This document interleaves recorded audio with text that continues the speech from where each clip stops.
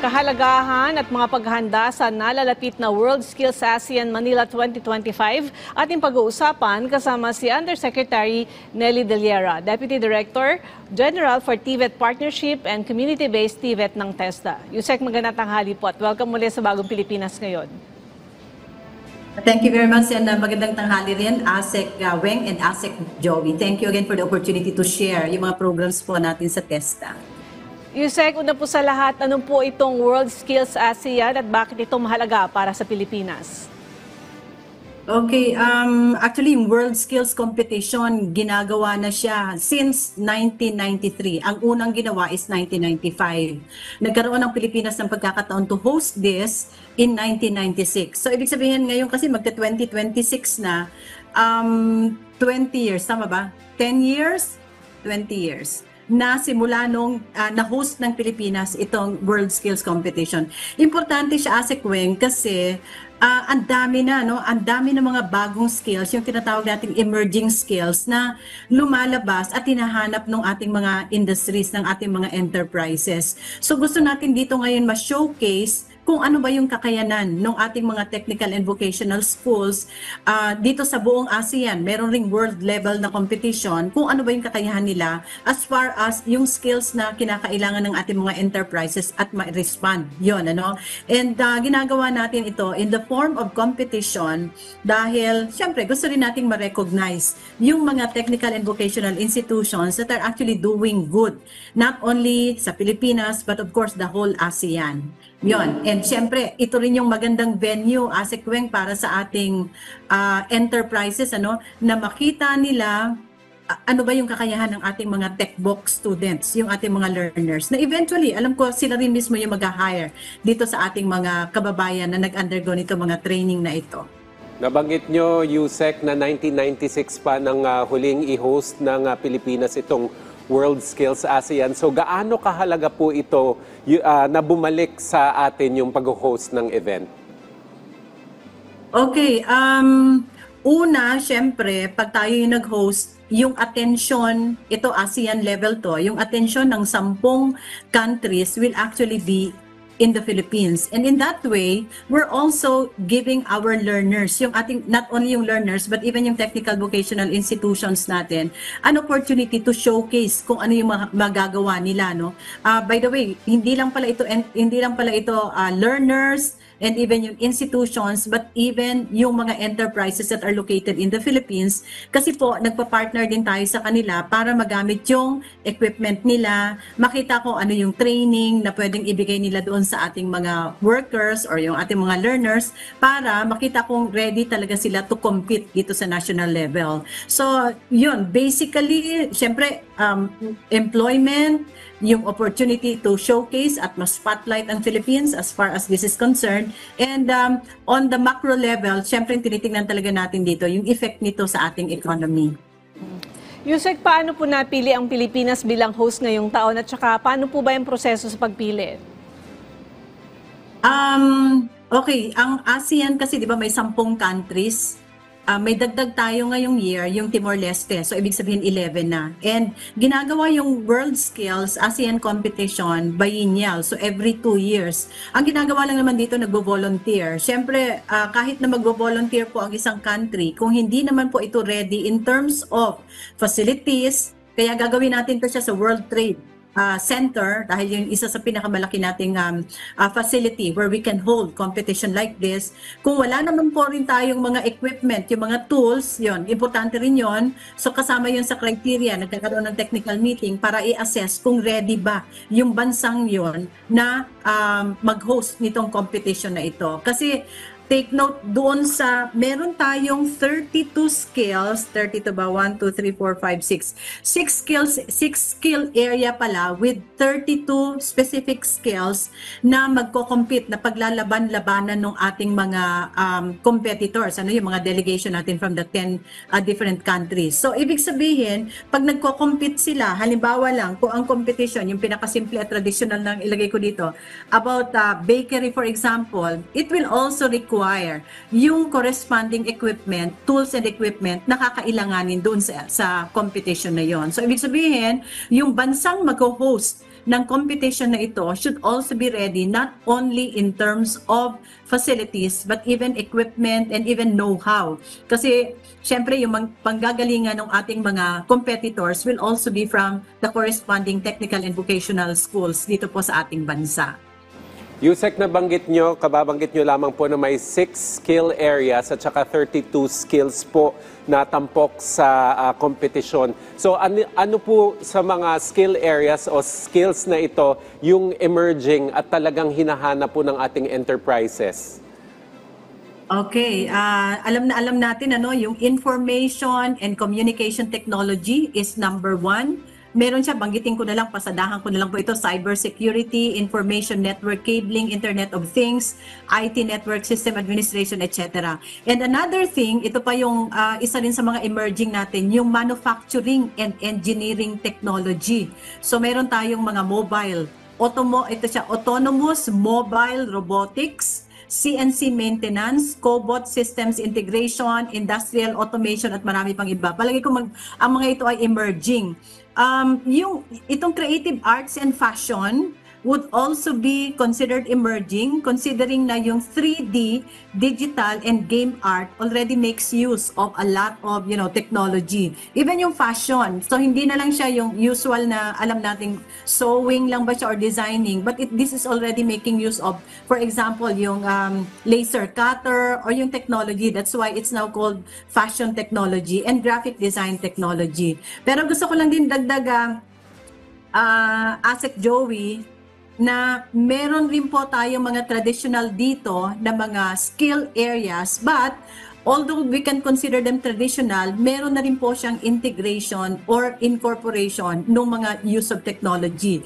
Like for example, dito sa construction and building technology, kasama dyan yung cabinet making, carpentry, electrical installations, plumbing and heating, refrigeration, wall and floor tiling. So, masabi natin na traditional siya because this has been, part of what TESDA or even other institutions may have been offering since, not necessarily naman time immemorial, pero ino-offer na natin.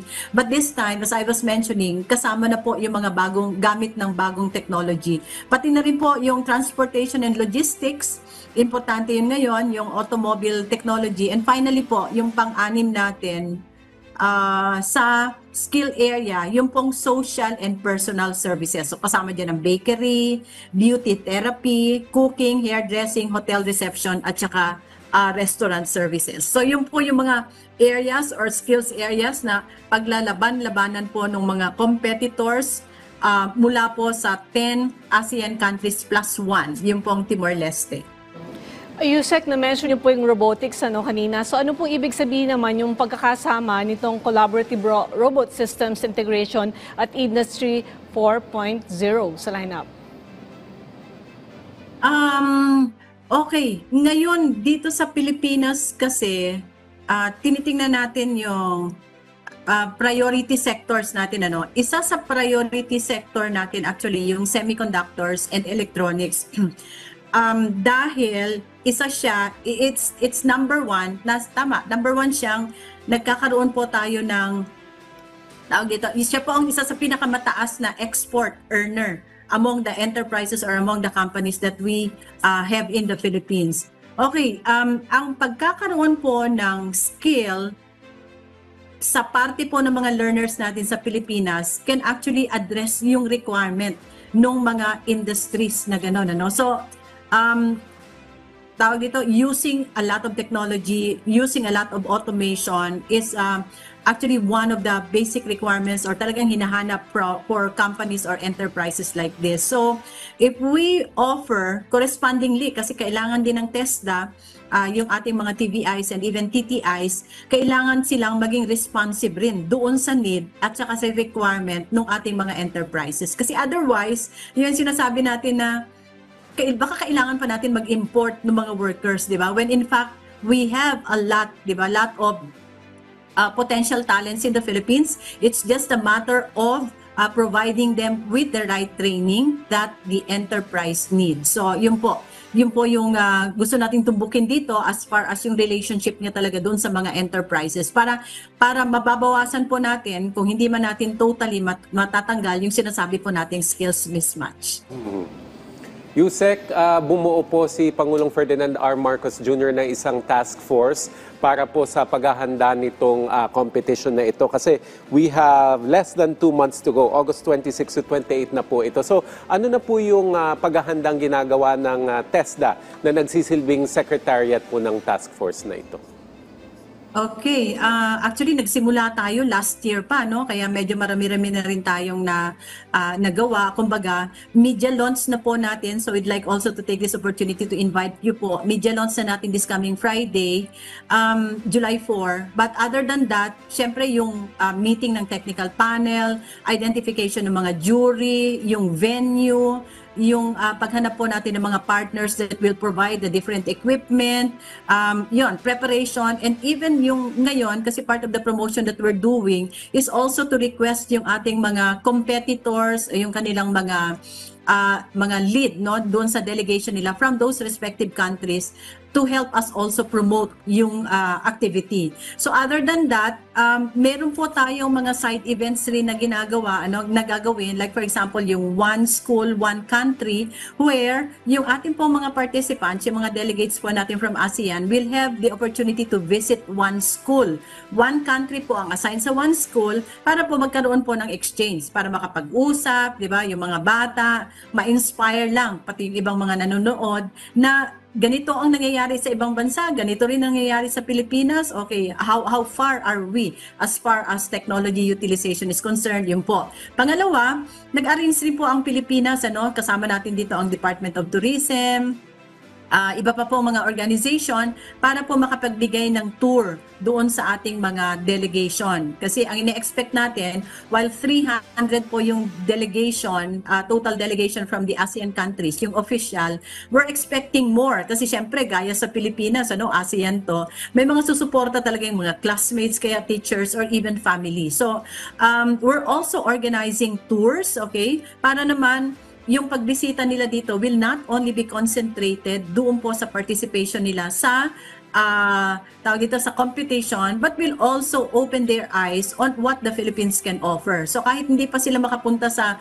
iba't ibang lugar ng Pilipinas, but the fact that we're bringing them to areas where they can have a glimpse of what we have in store for them in the regions, we hope na eventually they will again come back and see for themselves. So ganon, medyo extensive na yung preparation natin, but ang siguro isang sa pinapanawagan talaga natin dito, yung ating mga learners, yung mga talents natin, mga estudyante, pag hindi pa po sila nakapag-isip kung anong course ang kukunin nila, anong i-pursue nila sa senior high school kaya or even college, textbook po ang isa po sa pinakamabilis na paraan para po makapaghanap ng trabaho. Yun po ang in-encourage natin. Gusto na rin po namin ipanawagan ito sa mga parents kasi minsan yung mga parents are also very influential in the selection of the courses ng mga anak nila na mag-aaral. Kasi gusto lang din po namin i-share, mga ASIC, kagagaling lang po namin ng New Zealand. Alam niyo doon yung textbook nila, parang nakastock, di ba? Kung ang gusto mo at the end ay magiging engineer, okay, pwede kang mag-aral muna ng, yung kumbaga tawag din natin, meron na tayong ganito, micro-credential. Halimbawa, dito muna tayo sa construction. Halimbawa sa construction, pwede mag-aral muna sila ng plumbing, mag-aral muna ng electrical installation, tapos pagkatapos silang aralin yung micro-credential na yun, electrical installation for example, pwede na sila mag-work. So kung nakaipon na sila, pwede naman sila ulit magtrabaho, kuha naman ng iba pang kurso, halimbawa plumbing, at gusto naman nilang i-apply, pwede nilang apply, magtrabaho ulit. Hanggang maipon nila yon, ma-stock nila yung mga certificates na yon, at pwede nang makakuha sila, hindi lang certificate, but diploma.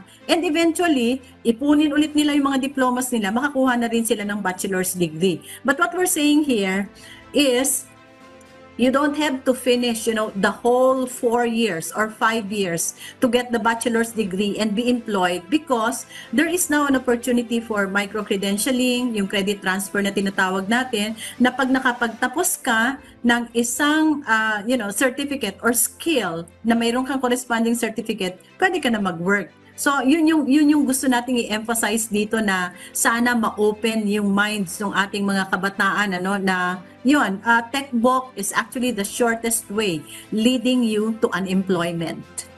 Yusek, ayon po sa isang pahayag, ang event na ito ay hindi lang kompetisyon, kundi selebrasyon ng talento ng kabataan. So, paano po ito magiging inspirasyon sa mga estudyante at TechBook learners? May plano po ba kayong i-integrate ang skills standards mula sa World Skills sa ating national curriculum, given dun sa mga nabanggit niyo po kanina na may certificate, tapos sana pwede nang makapagtrabaho? Yes, tama po yun, Sek. May tinatawag din tayong, kasi international na to, ASEAN. May tinatawag tayong mga efforts na ginagawa natin on transnational credit transfer.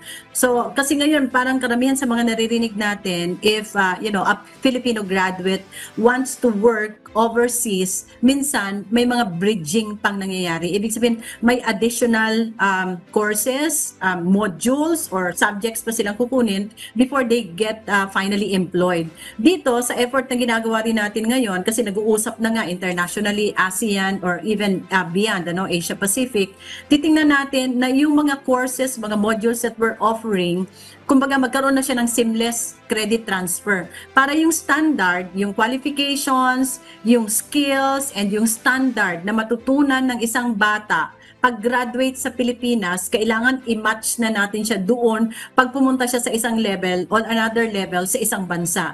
Para yun yung tinatawag nating seamless credit transfer. Para wala na siyang gap. So, yun yung gusto talaga nating ma-achieve dito in the long run. We may not be able to realize that agad-agad, is short term. But since within DepEd, within TESDA, and within CHED, a lot of things has already been done. Parang ang dami ng pag-uusap na ginagawa para yung graduate ng senior high school natin, yung certificate na makukuha sa TESDA, and then eventually pag nag-graduate, magpasok siya ng diploma or bachelor sa college, tuloy-tuloy, Ibig sabihin, makikredit yung mga previous units na makuha niya. Yun talaga yung gusto natin mangyari. So, within the Philippines and transnational, yun yung target natin. And we're celebrating, ito nga, sabi nyo, recognition. We are really celebrating, lalong-lalo na yung ating mga kababayan, yung mga talents natin who are really making names for themselves, hindi lang sa Pilipinas, kundi sa ASEAN and buong mundo. Kasi pag sinabi natin may Olympics as far as sports is concerned, ito rin po, competition. It's also a skills competition. Kumbaga Olympics rin siya. Labanan rin siya ng mga talents within ASEAN, but this time in terms of skills. So, maganda siyang showcase. May pagmalaki natin ito na kaya nating sumabay. Kaya nating mag-produce ng mga talents that are employable, hindi lang po sa Pilipinas, kundi sa ibang bansa. Yusek, I understand, ina-expect natin mga 300 yung lalahok dito sa competition. So, paano po pinipili ang mga kalahok from the 10 ASEAN nations plus nabanggit nyo, Timor-Leste? Ano po yung qualifications? Yes po, may standard. Ito kasing as World Skills ASEAN competition is part of the World Skills competition, So may standard. Dito sa atin ngayon, yung i-host natin is the ASEAN level. So merong standard criteria, kumbaga, na sinusunod how to choose or how to select from among the best in a particular country. So yun yung ilalaban nila dito. And pagdating dito sa Pilipinas, yun na nga, may jury, may mga judges na titingin during the competition proper kung sino yung the best among them. So ganun yun. May mga selection process na ginagawa. Sa Pilipinas, meron tayong every year ba yun? Medyo nagtanong ako sandali. Meron tayong ginaganap na Philippine National Skills Competition. Usually, doon natin kinukuha yung lalaban dito sa ASEAN level or even sa kung kaya natin eventually sa world level. So, merong Philippine National Skills Competition. Aligned na rin siya kung ano yung mga skills areas, yun din yung fino-focus natin. And kung sino yung mga nanalo doon, automatically, yun naman yung maglalaban din doon sa ASEAN level. So we're already aligning even doon sa standards ng pagpili at pag-screen ng kung sinong sasali doon sa ASEAN level. Kasi that also bring our standard, yung Philippine national standard natin to an ASEAN level. So while we may have, a standard na pang Philippines siya, where we're actually also elevating it to the ASEAN or even world level standards for us to be able to really prepare yung ating pong mga competitors. Okay, maraming salamat po sa inyong oras. Undersecretary Nelly De Liera, Deputy Director General for TVET Partnership and Community-Based TVET ng TESDA. Thank you, ma'am. Thank you. Thank you very much for the opportunity po. Thank you. Good afternoon.